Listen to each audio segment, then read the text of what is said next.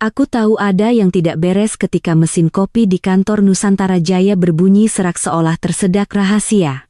Seluruh lantai berdengung dalam keheningan yang aneh, senyum palsu, anggukan kaku, dan satu orang dari bagian akuntansi yang bersiul terlalu kencang seolah mencoba menutupi suara perut keroncongan di tengah rapat penting.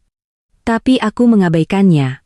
Ada hal yang jauh lebih besar untuk kupikirkan. Setelah 16 bulan menyeret produk Frankenstein ini dari sketsa diserbet hingga menjadi mesin kontrak pemerintah yang siap jalan, hari peluncuran akhirnya tiba. Hampir 3 triliun rupiah dipertaruhkan. 5 organisasi mitra sudah siaga.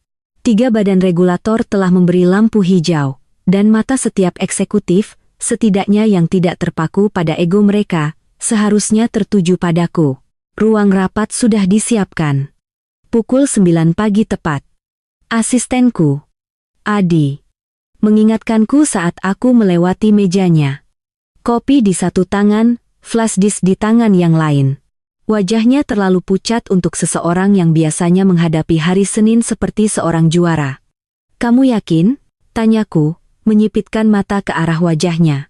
Tipe wajah yang seolah berkata, "Aku tahu sesuatu yang tidak boleh kukatakan, tapi aku pasti akan menangis di toilet nanti." Dia hanya berkedip. "Itu yang dikatakan Pak Bima, Ibu akan presentasi dari Dek 6, yang sudah diberi catatan." "Bagus." Aku mengangguk, mengetuk flash disk itu seolah itu adalah detonator. Semuanya sudah final dalam versi aman. Catatan revisi, pengungkapan data, rincian spesifik untuk tiap mitra. Lalu dia ragu. Bu Maya, pertanyaan aneh. Kenapa Ibu tetap memasukkan klausul 64 di kontrak Ibu? Kebanyakan eksekutif menghapusnya. Aku berhenti melangkah. "Kebiasaan," kataku sambil tersenyum tipis, seperti mengikat tali sepatu 2 kali. "Kamu tidak pernah berpikir akan butuh sampai saatnya kamu harus berlari kencang. Oh, dan sebelum aku lupa, karena kalian jelas cukup tertarik untuk menguping drama thriller korporatku ini, bagaimana kalau tekan tombol suka dan berlangganan? 90% dari kalian hanya menjadi penonton gaib tanpa komitmen. Terus terang, itu lebih menyakitkan daripada melihat mantan bosku mencoba mengucapkan infrastruktur. Lakukan demi timku, lakukan agar aku tidak perlu mengemis seperti influencer LinkedIn yang kebanyakan teori." Oke. Kembali ke kekacauan. Aku menghabiskan 20 menit berikutnya di ruanganku, memeriksa semuanya lagi, bukan karena aku tidak percaya hasil kerjaku. Aku tidak akan sampai sejauh ini di dunia korporat Jakarta dengan melupakan detail, karena kepercayaan adalah hal termahal di ruangan yang penuh dengan opsi saham. Aku memeriksa dek peluncuran baris per baris. Memastikan pengungkapan kepatuhan masih terikat pada data yang benar. Memverifikasi urutan poin pembicaraan dan penekanan khusus untuk mitra. Versi beta kami berhasil mengamankan 3 kontrak pemerintah.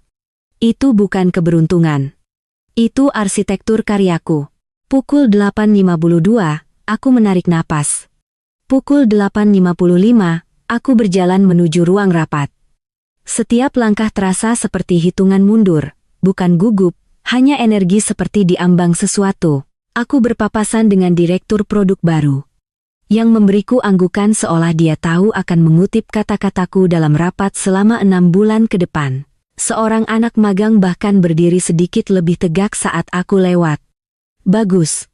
Rasa hormat adalah satu-satunya hal yang tidak bisa mereka hapus dari jabatanmu." Saat aku tiba di depan pintu ruang rapat, aku sudah bisa mendengar dengungan layar, ketukan jari seseorang yang memeriksa slide, tawa kecil para eksekutif yang sedang pemanasan untuk sirkus dimulai. Kecuali, semua itu tidak ada. Ruangan itu gelap, dingin, kosong. Hanya kursi-kursi kulit dan lampu kecil yang berkedip dari proyektor yang bahkan tidak tercolok. Aku mengerjap, memeriksa ponselku. Tidak ada notifikasi. Tidak ada perubahan jadwal. Tidak ada apa-apa. Lalu aku mendengarnya tawa kecil, pelan, santai, dan kejam. Aku berbalik dan di sanalah dia, Bima, Chief Product Officer, berdiri seperti penjahat film laga kelas B dengan segelas kopi dari kedai ternama dan senyum miring. "Oh," katanya, memanjangkan kata itu. "Kamu tidak dengar? Peluncurannya kami majukan ke kemarin. Sukses besar. Kami merindukanmu." Dia melemparkan sesuatu ke arahku. Aku menangkapnya secara refleks. Sebuah flash disk. Itu deck yang kami pakai. Kupikir aku bisa menghemat waktumu untuk persiapan, katanya, lalu berjalan pergi seolah koridor itu berutang tepuk tangan meriah padanya. Aku menatap flash disk di tanganku, ada sesuatu yang melilit di dadaku. Ruang rapat itu kosong, tapi aku tidak. Aku berdiri di sana seperti orang bodoh, menggenggam flash disk itu seolah granat aktif tanpa pin. Ruang rapat di belakangku, steril dan sunyi, berbau samar pembersih lemon dan pengkhianatan. Tidak ada suara ketikan keyboard, tidak ada dengungan layar yang memanas, hanya keheningan mati khas korporat, jenis yang baru kau sadari ketika seseorang telah menghapus sidik jarimu dari tempat kejadian perkara. Bima bahkan tidak bergeming, hanya bersandar di kusen pintu seolah sedang berpose untuk majalah yang tidak pernah ada. Di lengan gelas kopinya ada kutipan motivasi, sesuatu seperti kesuksesan adalah tentang kehadiran. Aku hampir tertawa. Hampir. Oh, kamu tidak dengar, katanya, nadanya dicelup ke dalam keangkuhan dan susu kedelai. Kami majukan, kemarin sukses besar. Aku membuka mulut, lalu menutupnya lagi. Sesuatu yang dingin menjalari dadaku. Bukan amarah. Belum. Hanya kesadaran hening yang menakutkan bahwa seseorang telah menekan tombol kirim pada semua yang telah kubangun dan melakukannya tanpaku. Dia tidak menunggu jawaban, hanya mengangkat gelasnya seolah bersulang dan menambahkan, tenang, aku memberimu kredit. Semacam, kami memangkas jargonnya, membuatnya lebih mudah dicerna oleh tim mitra. Bagian legal memberi kami acungan jempol. Dia mengedip. Aku akhirnya berhasil bicara. Bagian legal melihat versi itu, dia menyeringai. Tentu. Bagian legal melihat sebuah versi, dan dengan itu, dia pergi, meninggalkanku dengan sebongkah plastik di tangan dan degup kencang di telinga. Aku mundur ke dalam ruang rapat, menekan saklar lampu. Tidak ada. Layar-layar itu bahkan tidak tercolok. Papan tulis masih berisi daftar tugas seseorang dari hari Jumat lalu, tertulis dengan spidol hijau. Aku duduk di kursi dan menatap flash disk itu. Oke, ayo kita lakukan dengan cara lama. Aku memasukkan flash disk itu ke laptopku. Sebuah file berjudul Partner Pitch Final File 4, disetujui terbuka otomatis. Judul yang terasa seperti tusukan pasif-agresif dari seorang penulis bayangan yang belum pernah ikut rapat sungguhan. Aku membaca sekilas slide pembuka, itu slideku. Tentu, kerangkanya ada di sana, tapi isinya salah. Hilang sudah diagram arsitektur yang mendetail. Catatan kepatuhan yang kutandai merah dihapus. Seluruh modul dihilangkan. Apapun yang terkait dengan keamanan backend, kustomisasi khusus untuk pemerintah, atau jalur integrasi, lenyap. Atribusi khusus untuk mitra diratakan menjadi ringkasan yang hambar.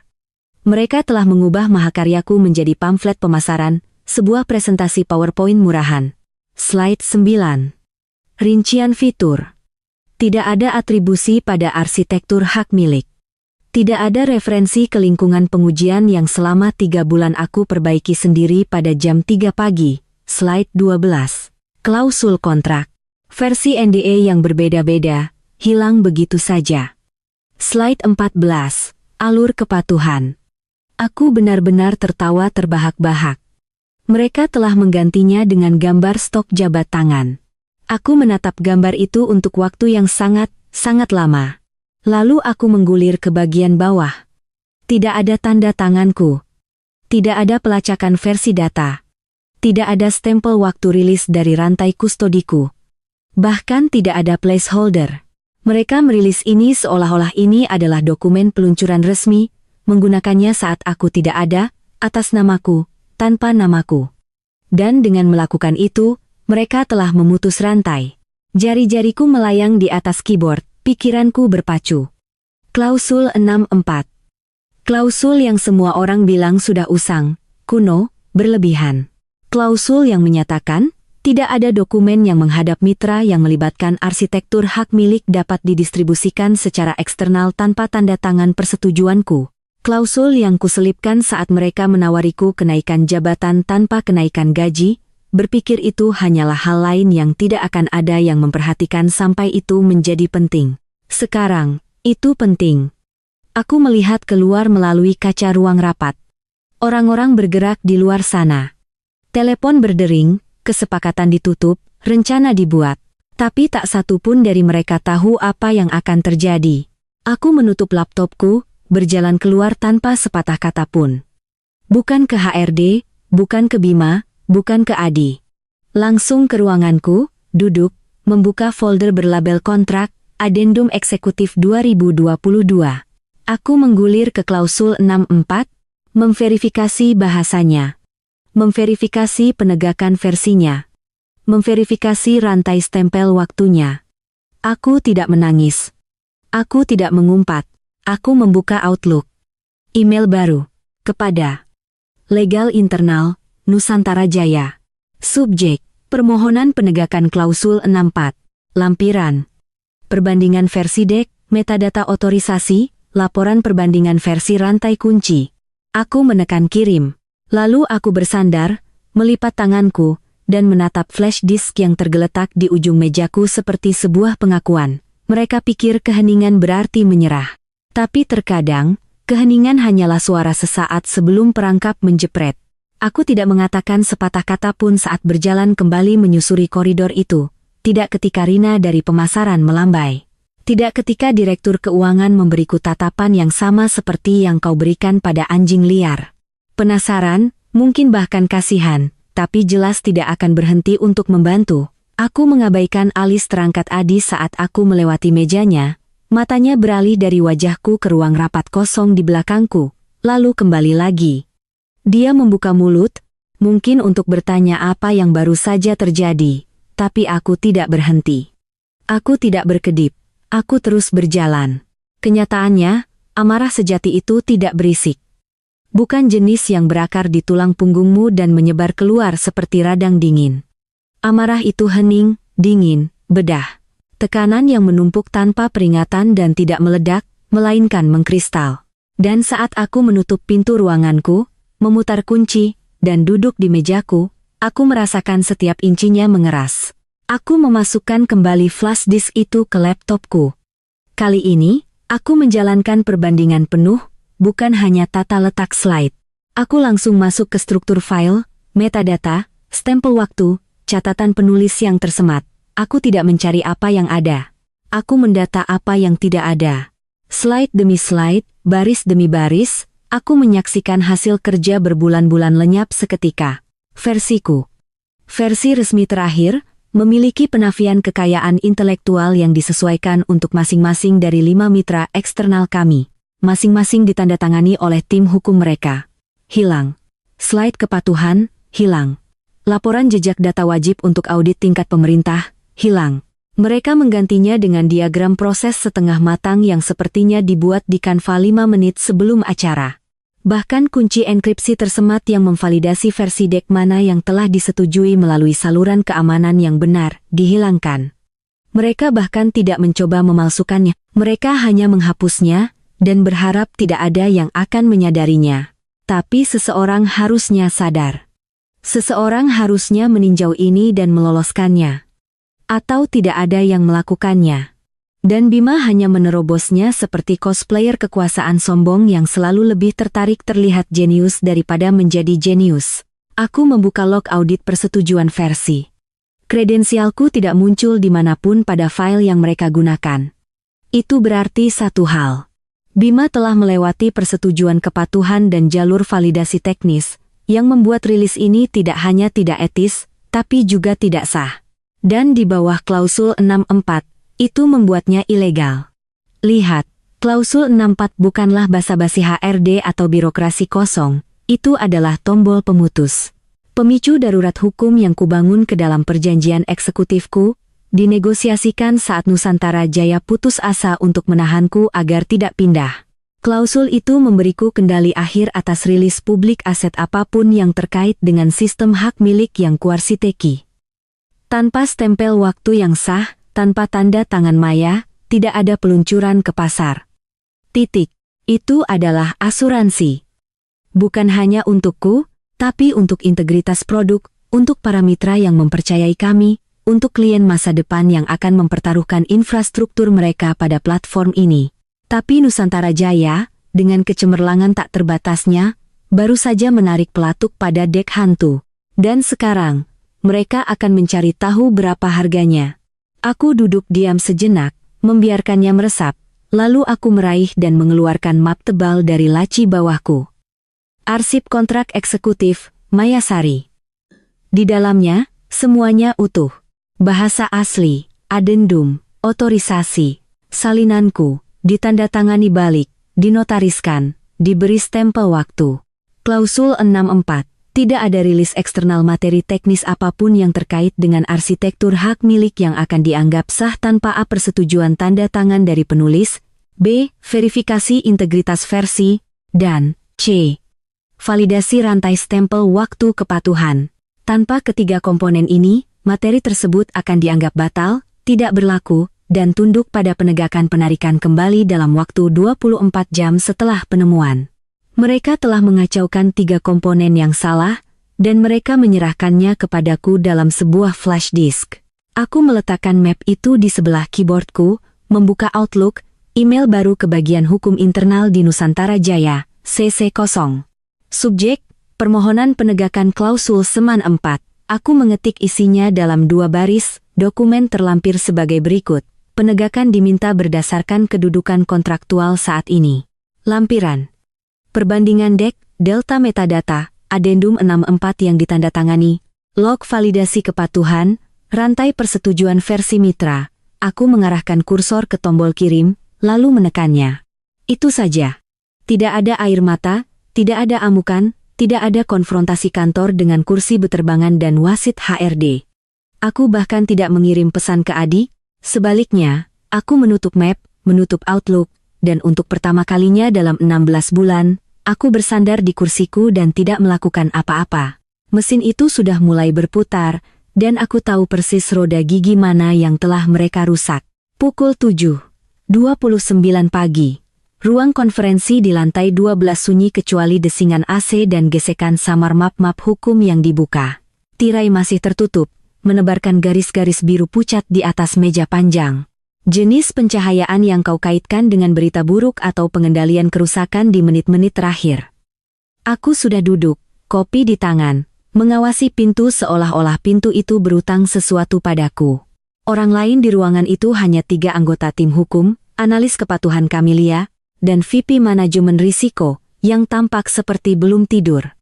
Tidak ada yang banyak bicara. Mereka menunggu Bima. Namanya ada di undangan, dicetak tebal, tapi orangnya sendiri tidak terlihat.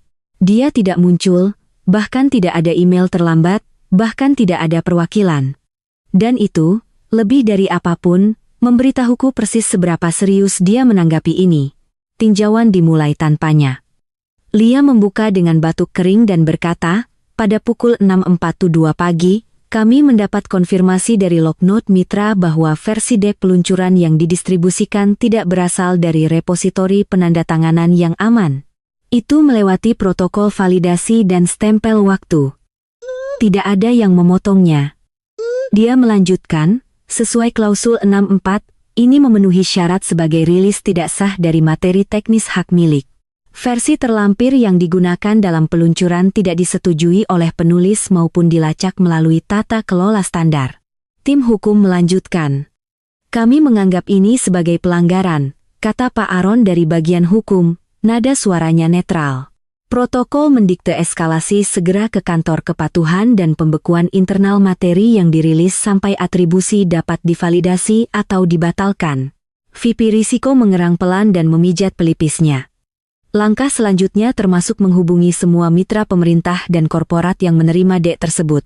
Kita harus memberitahu mereka bahwa dokumen itu dirilis tanpa izin penandatangan yang semestinya dan mungkin berisi pernyataan teknis yang tidak valid. Hening sejenak. Aku tidak bicara. Aku tidak perlu.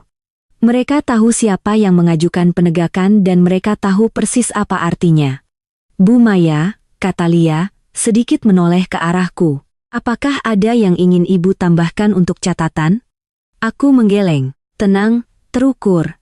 Semuanya ada di perbandingan metadata. Itu saja. Rapat berakhir 20 menit kemudian dengan bisik-bisik dan getaran ponsel. Orang-orang pergi dengan punggung kaku seolah mereka baru saja disuruh berjalan di atas danau beku yang retak di bawah kaki. Siang harinya, riak itu telah menjadi gelombang. Aku menyaksikan dari ruanganku saat Bima masuk terlambat, kacamata hitam terpasang seolah dia masih mabuk kesuksesan peluncuran kemarin, hanya untuk dicegat oleh VP risiko dan digiring ke ruang konferensi sebelah dengan sebuah map di bawah masing-masing lengan. Pukul 13.30, tim mitra mulai merespons. Yang pertama datang dari penghubung federal. Permintaan yang sopan tapi langsung. Mohon konfirmasi versi yang digunakan selama peluncuran telah ditinjau dan disahkan melalui rantai kepatuhan yang disepakati. Kami mencatat ada perbedaan dari versi yang kami setujui sebelumnya. Yang kedua kurang sopan. Kami telah menangguhkan penjadwalan faktur hingga masalah versi diselesaikan. Mohon informasikan jika penundaan ini akan berdampak pada deliverables Anda. Yang ketiga datang dari mitra terbesar kami, sebuah entitas yang terkait pertahanan yang tidak suka main-main dengan ambiguitas. Karena masalah kepatuhan, kami telah menghentikan peluncuran internal suite Nusantara Jaya sambil menunggu kejelasan hukum. Jika resolusi tidak diberikan dalam 72 jam, kami akan menarik kembali proses onboarding. Notifikasi-notifikasi itu menghantam kotak masuk seperti tembakan. Dan tiba-tiba, tidak ada lagi yang terlihat sombong. Orang-orang mulai menjulurkan kepala ke ruanganku. Ketukan pelan, senyum canggung, pertanyaan yang sebenarnya tidak ingin mereka dengar jawabannya, aku tidak memberi mereka apa-apa. Keheningan adalah sabuk pengamanku sekarang. Terpasang erat, stabil, menyaksikan kecelakaan dari dalam sangkar baja pandangan ke depan. Pukul 15.15, aku pergi untuk mengisi ulang kopiku. Ruang istirahat kosong, kecuali kepala penasihat hukum, Pak Surya, yang mondar-mandir di koridor sambil menelepon. Dia melihatku, mengakhiri panggilan, dan melangkah maju. Dia tampak seperti seseorang yang baru saja diberitahu bahwa parasutnya hanya hiasan. Kamu benar-benar mengajukannya, katanya, setengah tidak percaya, setengah terkesan. Aku menyeruput kopiku dan memberinya anggukan yang mengakhiri percakapan bahkan sebelum dimulai. Kamu tahu apa artinya ini? Tambahnya, suaranya lebih pelan sekarang. Aku tahu. Itu berarti peluncuran itu adalah sebuah lelucon. Itu berarti kepatuhan akan memicu bendera merah di portal investor kami. Itu berarti setiap eksekutif yang menyetujui Dek Bima sekarang terekspos. Tapi lebih dari itu berarti aku tidak mengangkat satu jari pun untuk menghancurkan mereka. Aku hanya membiarkan kontrak melakukannya untukku. Pak Surya menatap sejenak lebih lama, lalu berbalik dan berjalan pergi seolah koridor itu telah tumbuh gigi. Dan aku berjalan kembali ke ruanganku, menutup pintu, dan menunggu suara dunia Bima retak terbuka. Bima menunggu sampai sebagian besar lantai kosong untuk makan siang sebelum bergerak. Aku melihat bayangannya di jendela kantorku sebelum aku mendengarnya. Bahu tegap, senyum kaku, gelas kopi yang sama di tangan seolah-olah itu adalah selimut pengaman. Dia mengetuk sekali, lalu tidak menunggu jawaban. "Hei," katanya, memanjangkannya seolah kami teman kuliah yang baru saja bertemu, "bukan apapun ini. Ada waktu sebentar?" Aku tidak repot-repot mengangkat kepala, hanya menutup laporan yang sedang kubaca, dan memutar kursiku perlahan ke arahnya. Wajahku datar, netral, kontak mata secukupnya untuk memberitahunya aku mendengarkan. Tidak cukup untuk menunjukkan aku peduli. Dia menganggapnya sebagai pembukaan. "Oke," katanya, melangkah masuk, tangan terangkat seolah aku mungkin sedang akan menyerang. "Dengar, aku mengerti. Peluncurannya jadi berantakan, tapi deknya sudah tersebar. Para mitra menyukainya. Kami bahkan dapat ulasan bagus di media pagi ini. Memberimu kredit penuh, ngomong-ngomong." Aku memiringkan kepalaku. "Benarkah?" Senyumnya goyah. "Namamu tercantum," katanya, nadanya menjadi defensif. "Mereka menggunakan jabatanmu. Mereka bahkan menyebutkan peranmu dalam pengembangan. Tapi bukan kontenku," jawabku, suaraku tenang, hampir bosan. "Bukan versiku, bukan persetujuanku, dan bukan strukturku." Dia menepisnya seolah aku berlebihan. "Dengar, Maya, intinya tetap karyamu. Kami hanya membungkusnya secara berbeda. Kamu tahu bagaimana hal-hal seperti ini berjalan, semua orang mengedit. Ini usaha tim. Aku hanya menatapnya, tidak bergeming, tidak berkedip. Ada jenis keheningan yang membuat pria seperti Bima berkeringat. Keheningan itu tidak keras, tidak disertai teriakan atau tangisan atau ancaman hukum yang diteriakkan di ruang rapat. Ini adalah ketenangan seseorang yang tahu persis seberapa dalam kau telah mengubur mayatmu sendiri, dan hanya menunggu orang lain menemukan sekopnya. Jenis keheningan seperti itu, dia menggeser berat badannya. Maksudku, janganlah kita membesar-besarkan ini. Kita semua pernah bergerak cepat sebelumnya. Sial, bagian hukum bahkan tidak menandai apapun. Mereka menandainya, kataku. Dia membeku. Mereka menandainya kemarin setelah aku mengajukan klausul penegakan. Dia berkedip. Kamu mengajukan benda itu nyata? Aku tidak menjawab, aku tidak perlu. Bima mengeluarkan suara aneh di tenggorokannya, seperti campuran batuk dan cemoohan. Oke. Jadi sekarang apa? Kamu akan menuntut perusahaan, menghancurkan seluruh peluncuran? Aku menatapnya sejenak lebih lama. Lalu dengan tenang, aku berkata, kamu sudah melakukannya. Dia membuka mulut, lalu menutupnya. Kepanikan belum sepenuhnya terasa. Tapi sudah mengintai. Dia mundur dengan senyum kaku, dan beberapa gumaman omong kosong tentang akan menghubungiku lagi nanti. Aku kembali menatap layarku bahkan sebelum pintu berbunyi klik tertutup. Pukul 3 sore, CEO sudah tahu. Entah bagaimana. Mungkin panggilan investor, mungkin penarikan dari mitra federal, mungkin Pak Surya akhirnya memutuskan tidak ada gunanya lagi melindungi Bima. Apapun itu, lift berbunyi dan tiba-tiba udara menjadi berat seperti ketika seseorang 3 tingkat gaji di atasmu memasuki ruangan, berpura-pura tidak panik. Aku melihat sekilas CEO melalui kaca sedang berbicara dengan HRD, bibirnya mengerucut seolah sedang mengisap lemon, satu tangan di pinggul, tangan lainnya menunjuk ke arah ruang tim hukum. Pukul 15.12, ponselku bergetar. Pesan internal dari HRD.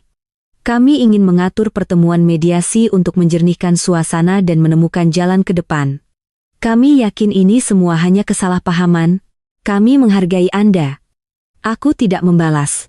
Pukul 15.17, kotak masuk grup legal mengirim email pernyataan standar ke semua orang. Tidak ada komentar lebih lanjut saat ini, yang berarti satu hal, mereka telah menyewa pengacara untuk melawan diri mereka sendiri. Pukul 16.02, Lia, petugas kepatuhan, berjalan keluar dengan tanamannya dalam sebuah kotak kardus. Tanpa keributan, tanpa air mata, hanya berjalan lurus menyusuri koridor, mata lurus ke depan, mulut membentuk garis kaku dan sedih seperti seseorang yang telah memperingatkan mereka dan diabaikan. Pukul 16.30, aku pergi mengambil teh di pantry dan mendengar Bima mencoba melucu di depan tim pemasaran. Yah, kurasa kita sedang mencari ahli strategi peluncuran baru, katanya, tertawa terlalu keras seolah mencoba mendahului cerita. Tidak ada yang tertawa, bahkan anak magang. Mereka hanya menatapnya, lalu padaku, lalu membuang muka. Dia menangkap mataku saat keluar dan tersenyum seolah dia masih berpikir ini adalah catur dan bukan ajang tabrakan mobil. Hari yang gila, ya? Katanya, sambil mengedip. Aku menyesap tehku. Sebaiknya kamu perbarui CV-mu. Warna wajahnya memucat begitu cepat hingga hampir seperti seni. Aku meninggalkannya berdiri di sana dalam keheningan yang sangat ia benci. Karena keheningan itu bukan lagi sekadar tidak nyaman. Itu sedang datang. Pada Jumat pagi, keheningan itu telah menyebar. Tidak ada lagi anggukan ramah.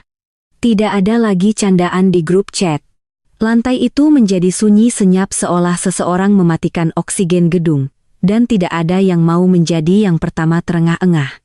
Percakapan berhenti ketika aku lewat, bukan karena kebencian, tetapi untuk perlindungan diri. Rasanya seperti menjadi radioaktif, semua orang bisa merasakan dampaknya akan datang. Tidak ada yang mau berdiri terlalu dekat ketika alarm mulai berbunyi. Dan kemudian alarm itu berbunyi. Pukul 9.06 pagi. Sebuah email dari lembaga pemerintah masuk ke daftar distribusi keuangan seluruh perusahaan. Subjek, notifikasi penangguhan pembayaran, item kontrak 3487F. Kami untuk sementara menangguhkan pencairan semua faktur Nusantara Jaya yang belum dibayar sambil menunggu klarifikasi protokol penandatanganan terkait dokumentasi peluncuran yang diterima tanggal 2 Oktober. Aku melihat Adi membacanya di mejanya. Bibirnya bergerak saat dia membacanya ulang 2 kali. Lalu matanya perlahan terangkat menatapku. Dia tidak berkata apa-apa, hanya mengangguk. Dia mengerti sekarang. Pukul 9.21 pagi, pesan lain masuk. Kali ini dari penghubung pengadaan di Mitra Teknologi Kesehatan Besar. Hai tim, kami sedang meninjau slide atribusi teknis yang disertakan dalam deck terbaru Anda. Tampaknya ada perbedaan dibandingkan dengan versi yang kami setujui sebelumnya. Bisakah Anda mengkonfirmasi individu mana yang memiliki kontrol editorial akhir atas versi yang dibagikan kepada kami? Dan pukulan ketiga mendarat pada pukul 10.17 pagi. Pembaruan NDA untuk deliverables K4 telah dibatalkan atas permintaan pengawasan hukum. Kami telah disarankan untuk menilai kembali semua materi pihak ketiga yang terkait dengan peluncuran Nusantara Jaya tanggal 2 Oktober. Mohon anggap ini sebagai penarikan resmi kami dari diskusi perpanjangan kontrak, bahkan belum waktu makan siang dan 3 dari 5 mitra strategis utama kami sudah membeku, ketakutan, atau setengah jalan keluar pintu. Yang dibutuhkan hanyalah sedikit cahaya matahari dan sedikit keheningan. Pukul 11.00 pagi. Lantai itu dalam mode pengendalian kerusakan penuh. Bima berhenti berpura-pura. Dia berkeringat deras sekarang. Noda keringat benar-benar terlihat di kemeja Jumat santainya. Dia mondar-mandir antara tim hukum dan kemitraan seperti orang yang mencoba menjinakkan bom dengan sarung tangan oven. Aku melihatnya di koridor di luar kantor kaca CEO. Dia tidak bicara kali ini, hanya menatapku dengan mata seorang pria yang menyadari bahwa gembok yang dia buka terhubung dengan ranjau darat. Di dalam kantor, CEO sedang di tengah kalimat ketika Direktur Kemitraan, Cam pria jangkung yang selalu membawa tumbler bermerek seolah itu adalah lencana kehormatan membanting pintu di belakangnya. Aku tidak bisa mendengar semuanya, tetapi suaranya terdengar. Kamu bilang Maya diajak konsultasi. Bentaknya. Kamu jamin itu? Aku menaruh namaku di kontrak itu. Aku bilang pada mereka ini sudah final, bersih, dan sesuai aturan pemerintah. Hening sejenak, lalu lebih keras. Dia bahkan tidak ada di ruangan sialan itu. Aku tidak bisa melihat wajah CEO, tapi aku melihat jari-jarinya mengetuk-ngetuk meja seolah mencoba memanggil jin korporat yang hanya muncul untuk orang kaya berjas. Spoiler. Tidak ada yang datang. Pukul 11.35, CEO mencoba meneleponku. Aku biarkan berdering 2 kali. Tidak ada pesan suara, tidak ada jawaban. Lalu lagi pada pukul 12.10, tetap tidak ada. Keheninganku pada saat itu bukan lagi taktis, itu spiritual. Seolah-olah aku telah mencapai pencerahan penuh sementara sisanya mencakar-cakar jalan ke permukaan, mulut penuh air, tidak menyadari akulah yang memegang sumbat pembuangan. Kepanikan sesungguhnya tidak mekar sampai tim hukum memberitahu tim eksekutif apa yang tidak boleh mereka katakan. Jangan ada pernyataan, kata Pak Surya, suaranya tajam dan lelah. Tidak sampai kita mengkonfirmasi sejauh mana paparannya. Terjemahan. Kalian bahkan belum tahu seberapa dalam kalian terkubur. Jadi diamlah sebelum kalian menggali lebih dalam. Pukul 2 siang, aku melihat Bima membungkuk di dapur kecil, mengaduk kopinya dengan pisau plastik karena tampaknya sendok pun tidak mau berasosiasi dengannya. Dia tampak seperti pria yang baru saja berkenalan dengan konsekuensi. Bukan ketakutan, dia belum cukup pintar untuk itu, tapi sesuatu yang mendekati. Seolah-olah dunianya telah berputar pada kebohongan begitu lama sehingga dia lupa gravitasi masih berlaku. Di seberang lantai, nada percakapan mulai berubah. Tidak ada yang menanyaiku lagi. Mereka hanya menonton. Seolah-olah aku telah menumbuhkan tanduk atau sayap. Mereka tidak yakin yang mana. Tapi mereka tahu satu hal yang pasti. Aku bukan hanya orang yang membangun peluncuran itu. Aku adalah orang yang bisa membunuhnya. Tinjauan internal dijadwalkan pukul 8.30 pagi, tetapi orang-orang mulai memasuki ruang konferensi berdinding kaca pada pukul 8.10, memegang buku catatan seperti pelampung dan berbisik dengan nada cemas yang biasanya kau dengar di rumah sakit atau ruang sidang. Tidak ada yang membawa kue. Tidak ada yang berani bercanda. Aroma parfum mahal berbenturan canggung dengan bau basi ketakutan karena tertangkap terlibat. Aku tidak di sana, tidak perlu. Semua yang penting sudah ada di dokumen.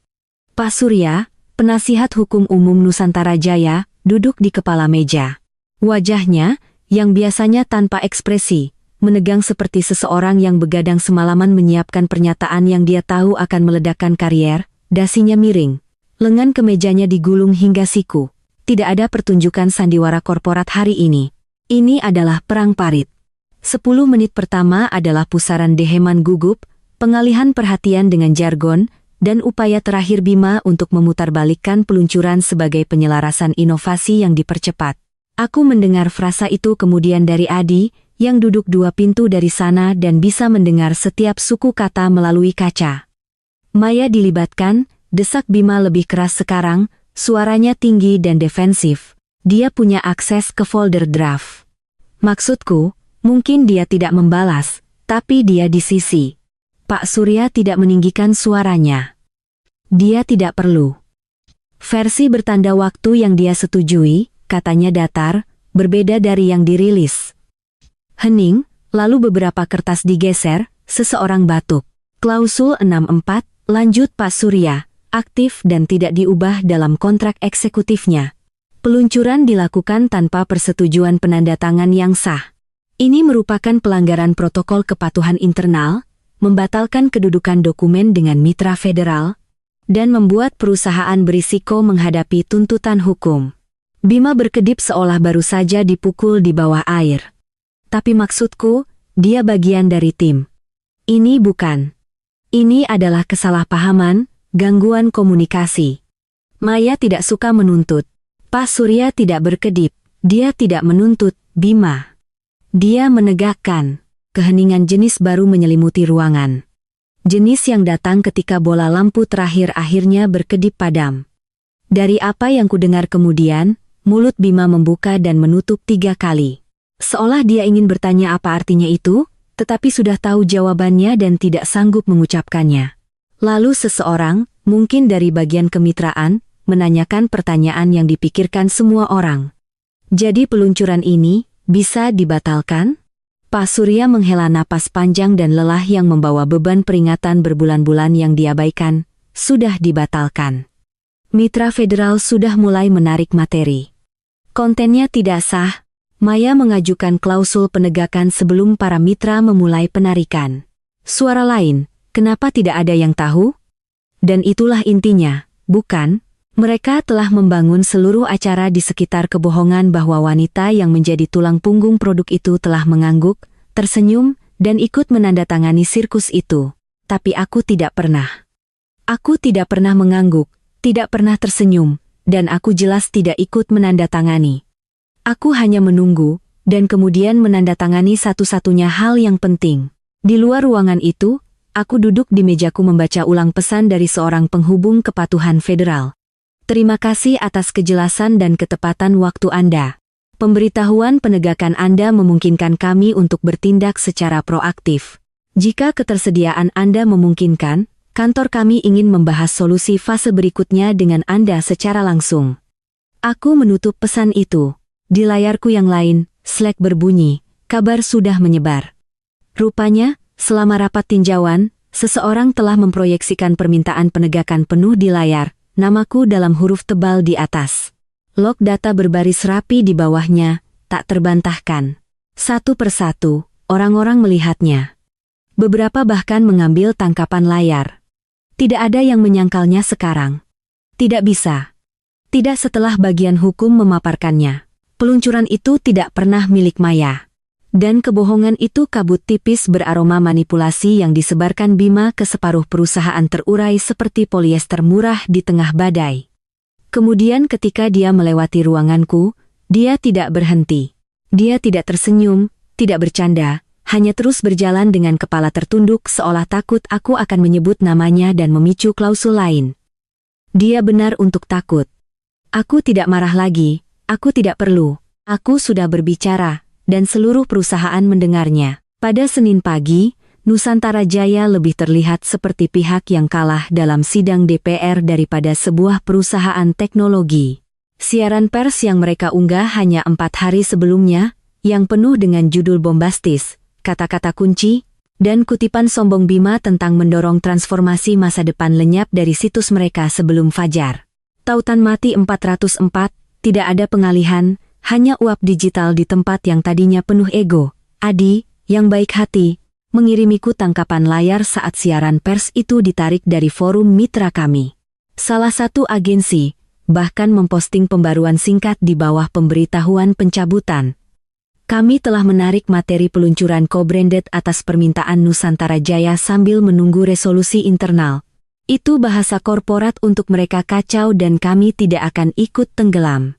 Pukul 10 pagi, setiap situs mitra yang telah membagikan dek peluncuran, memposting blog, atau mengunggah grafis perayaan telah diam-diam menghapusnya seolah-olah semuanya tidak pernah terjadi. Aku melihat versi cache masih beredar di zona bayangan Google, tetapi berikan 48 jam dan bahkan itu akan hilang, dihapus seperti kecelakaan yang tidak ingin diakui siapapun. Efek domino terus berlanjut. Panggilan investor bocor. Asisten seseorang mungkin lupa mematikan mikrofon saat streaming. Nadanya tidak panik, belum, tapi sudah dekat. Kau bisa mendengar CFO mencoba menahannya, suaranya tegang, mendaftar ketidaksesuaian kepatuhan yang tidak terduga seolah-olah itu cegukan, bukan ledakan gerak lambat. Siang harinya, dia mencoba menghubungiku untuk kedua kalinya. Pertama datang pendekatan formal. Kami ingin mengundang Anda ke percakapan tertutup untuk memastikan keselarasan dan kejelasan mengenai kekhawatiran Anda. Ini bukan tindakan disipliner, hanya diskusi dengan itikat baik. Aku tidak membalas. 1 jam kemudian, pesan pribadi. Maya, saya mengerti situasinya menjadi rumit, tapi kita perlu bicara 4 mata. Tolong beri saya 10 menit. Jalur belakang, tidak resmi. Hapus. Tidak ada jawaban. Aku telah mengatakan apa yang perlu kukatakan dengan stempel waktu, tanda tangan, dan klausul yang begitu bersih hingga praktis anti peluru. Mereka tidak ingin bicara denganku. Mereka ingin bernegosiasi dengan hantu. Tapi aku tidak mati. Aku hanya sudah selesai. Sore itu, sebuah memo internal dengan akses terbatas bocor. Hanya beberapa orang yang memiliki izin untuk melihatnya, tetapi itu tidak berarti banyak di perusahaan di mana kepercayaan mati lebih cepat daripada opsi saham. Memo itu mengkonfirmasi. Perjanjian eksekutifku mencakup klausul retensi dengan perlindungan ganti rugi penuh, artinya aku tidak bisa disalahkan, tidak bisa ditagih, dan tidak bisa disentuh. Tidak tanpa mengubah pelanggaran ini menjadi gugatan kedua bahkan sebelum yang pertama dingin. Aku membaca baris itu 3 kali hanya untuk menikmatinya. Pukul 4 sore, seseorang di tim HRD, mungkin bosan, mungkin terlalu baru untuk menyadari layarnya terlihat, secara tidak sengaja menampilkan dashboard lowongan pekerjaan dalam panggilan Zoom bersama. Posisi Bima dipasang. Mereka bahkan tidak menggunakan jabatannya. Hanya pimpinan produk eksekutif, pengganti sementara, menunggu tinjauan Q1, tanpa foto, tanpa hiasan, hanya kematian korporat dalam huruf Helvetica. Adi mengirimiku pesan semenit kemudian. Kayaknya akhirnya mereka menemukan sendok untuknya. Semoga dari plastik. Aku tidak membalas. Aku tidak tersenyum karena bagian ini bukan lagi tentangku. Ini tentang mesin yang macet, berderit, tersedak oleh kesombongannya sendiri. Setiap tim yang dulu menirukan bahasa peluncuran Bima kini menulis ulang dek mereka. Setiap VP yang dulu mengundangnya ke panel diam-diam menghapus namanya dari postingan LinkedIn. Setiap panggilan yang coba dijadwalkannya ditunda hingga minggu depan, tanpa batas waktu. Kerajaannya tidak hancur. Kerajaannya dilupakan. Dan untukku, aku tidak menjawab telepon mereka. Aku tidak bergabung dengan Zoom darurat. Aku tidak muncul di meja bundar mediasi di luar kantor. Kalenderku bertuliskan libur pribadi. Dan tidak ada yang berani menentangnya. Itulah tindakan terakhirku di Nusantara Jaya. Bukan email, bukan pengunduran diri, hanya ketiadaan yang disengaja, yang menggema. Mereka membangun sebuah kerajaan di atas perancah curian dan menyebutnya kepemimpinan. Aku membiarkannya runtuh tanpa mengangkat jari. Dan ketika debu mereda, Aku tidak ada di sana untuk membersihkannya. Kali berikutnya ada orang di Nusantara Jaya melihatku. Aku sedang melangkah keluar dari sedan hitam di depan Benteng Karsa, sebuah firma yang ramping, kuat secara diam-diam, tersembunyi di sebuah gedung kaca sederhana di seberang kota. Tidak ada kampanye PR, tidak ada pengumuman LinkedIn dengan grafis konfeti dan kutipan generik tentang awal yang baru. Hanya aku yang berjalan dengan tenang ke lobi mereka dengan sebuah map kulit di bawah satu lengan, mengenakan jenis ketenangan yang membuat pengacara berkeringat dan investor berbisik. Benteng Karsa tidak mencolok. Mereka tidak perlu. Mereka berspesialisasi dalam pemulihan pasca bencana korporat, membersihkan kekacauan setelah peluncuran yang gagal, integrasi pemerintah yang berantakan, dan bencana kepatuhan. Tepat jenis pekerjaan yang tidak pernah ingin kulakukan sampai Nusantara Jaya membuatnya menjadi masalah pribadi. Mereka menyiapkan ruang konferensi untukku. Tidak ada presentasi orientasi, tidak ada sambutan yang dilatih, hanya sebuah garis putus-putus di bagian bawah kontrak yang singkat dan brutal. Chief Strategy Officer, Divisi Infrastruktur Federal. Otonomi penuh, tanpa filter. Aku menandatanganinya dengan pena yang sama yang kugunakan untuk menandatangani balik klausul 642 tahun sebelumnya. Rasanya seperti simetri. Pada hari Rabu, klien pertama Nusantara Jaya pindah, tanpa seremoni, tanpa ancaman hukum. Mereka hanya mengirim email langsung ke Benteng Karsa. Mereka tidak lagi percaya pada integritas vendor saat ini dan menginginkan opsi dukungan kontinuitas. Kami menawarkan mereka sesuatu yang lebih baik. Pada hari Jumat, sudah ada 5 klien. 3 dari pemerintah, 2 dari sektor swasta. Semuanya sebelumnya terikat dalam kontrak jangka panjang dengan Nusantara Jaya, semuanya menggunakan arsitekturku. Semuanya menyebut hilangnya kepercayaan pada ahli strategi utama sebagai alasan mereka keluar. Ini bukan eksodus massal, ini adalah koreksi. Benteng Karsa tidak bertanya. Mereka tidak perlu. Produknya berbicara sendiri. Dan aku di sini bukan untuk menyombongkan diri.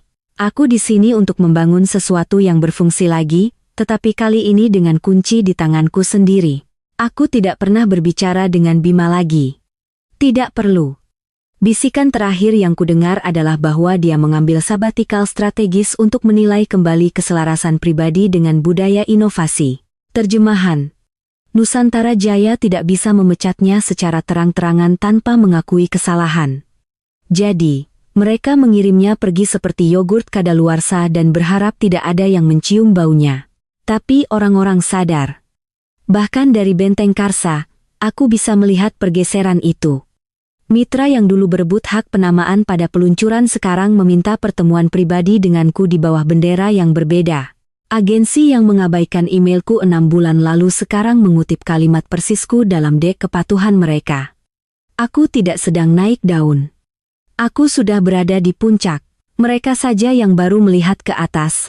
Jumat malam, ponselku bergetar dengan nomor yang setengah ku kenali. Itu salah satu VP Nusantara Jaya, jenis yang biasa mengakhiri setiap rapat dengan tos dan janji samar untuk diskusi lagi nanti. Pesan teksnya berbunyi. Kenapa kamu tidak bilang apa-apa? Aku membiarkan pesan itu menggantung sejenak, melihat titik-titik muncul seolah dia mencoba menindaklanjutinya dengan lebih banyak basa-basi. Dia tidak melakukannya. Titik-titik itu lenyap. Aku mengetik balasan dengan perlahan, tanpa tanda baca, tanpa emoji. Karena lain kali, kalian akan bertanya siapa yang membangun lantai ini sebelum menari-nari di atas meja. Aku menekan kirim dan meletakkan ponsel menghadap ke bawah di mejaku. Tidak ada balasan. Aku tidak mengharapkannya.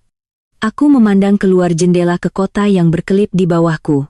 Menara-menara kaca, derek, ruang-ruang rapat yang dipenuhi orang-orang yang masih berpikir visi datang dari volume suara. Mereka salah. Visi datang dari keheningan, dari kejelasan, dari mengetahui kapan harus membiarkan gedung itu runtuh dan kapan harus mulai meletakkan fondasimu sendiri.